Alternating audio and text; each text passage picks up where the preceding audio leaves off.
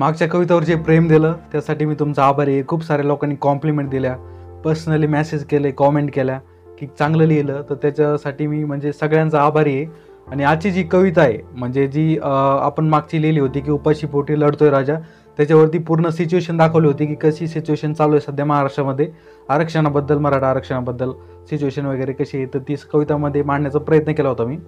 तर खूप लोकांना आवडली ती। तर आजची कविता आहे ती म्हणजे फक्त मराठ्यावरती आहे, म्हणजे मराठा म्हणजे काय ती कविताच्या माध्यमातून सांगण्याचा प्रयत्न केलेला मी। कविता जर आवडली लाईक, शेअर आणि सबस्क्राईब नक्की करा, जेणे आपलं चॅनल लवकरच 1000 सबस्क्रायबर आपलं पूर्ण होईल। माझं टार्गेट आहे 16 ऑक्टोबरपर्यंत 1K सबस्क्रायबर करायचे, 1000 सबस्क्रायबर करायचे।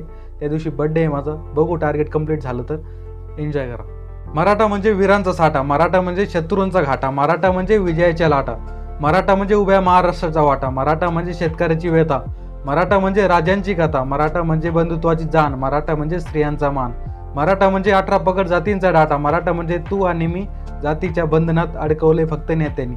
आता ही छोटीशी कविता होती मराठ्यावरती आणि म्हणजे मराठा म्हणजे काय याच्यावरती मी छोटंसं मांडण्याचा प्रयत्न केला। आता लास्टला जी लाईन आहे 18 पगड जातींचा डाटा, म्हणजे पूर्ण असं मराठा असा एक जात आहे की त्याच्यामध्ये सर्व जातींचा समावेश म्हणता येईल किंवा त्यांचं कॉन्ट्रीब्युशन आहे काही ना काही कुठे ना कुठे इतिहासामध्ये जर आपण वाचलं तर त्याच्यावरती ते लिहिलं होतं की 18 पगड जातींचा डाटा तुम्हाला भेटून जाईल मराठ्याच्या इतिहासामध्ये किंवा महाराष्ट्राच्या इतिहासामध्ये किंवा भारताच्या इतिहासामध्ये। आणि दुसरी लाईन जी लिहिलेली मी लास्टला की म्हणजे नेत्यांनी फक्त अडकवले आपल्याला जातीच्या बंधनामध्ये।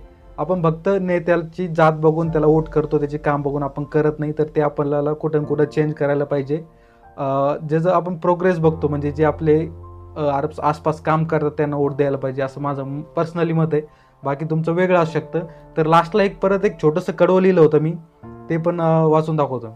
छत्रपतींचं स्वराज्य राखणारा, परंपरेचा मान जपणारा, दीनदुबळ्यांचा हात थांबणारा, कर्तृत्वाची जाण असणारा, रयतेच्या हितासाठी लढणारा, अपयशाचा बदला विजयाने मिळवणारा, जातीपातीच्या पलीकडे विचार करणारा, एक मराठा लाख मराठा चार दिशेने फक्त हाचणारा। तर हा एक थोडं वेगळं झोननं लिहिलं होतं मी। तर तुम्हाला कविता कशी वाटली, मराठा म्हणजे काय याचा अर्थ जर तुम्हाला थोडाफार समजला असेल नक्की कमेंट करा, शेअर करा तुमच्या मित्रासोबत आणि आपलं चॅनल सबस्क्राईब करा। 1000 सबस्क्राईबचं टार्गेट आहे आपलं 16 ऑक्टोबरपर्यंत। नक्कीच सबस्क्राईब करा आणि सपोर्ट करा। धन्यवाद।